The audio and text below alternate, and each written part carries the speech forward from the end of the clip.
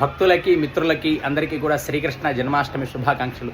ప్రతి ఒక్కరూ కూడా ఇంటింట వాడవాడ శ్రీకృష్ణ జన్మాష్టమి పండగ జరుపుకోండి. శ్రీకృష్ణుని ప్రార్థన చేసుకోండి, అర్చనలు చేసుకోండి, ఆరాధనలు చేసుకోండి. ఆయన మనకి అందించిన భగవద్గీత పారాయణం చేసుకోండి. ఎందుకంటే మనిషి ఎలా బ్రతకాలి, ధర్మం అంటే ఏమిటి, ధర్మమైన మార్గంలో మనిషి ఎలా జీవనం చేయాలి అని చెప్పి భగవద్గీత రూపంలో ఆ పరమాత్మ మనకు అందజేశాడు. అంతటి అద్భుతమైన భగవద్గీతని ఈరోజు పారాయణం చేసుకోండి.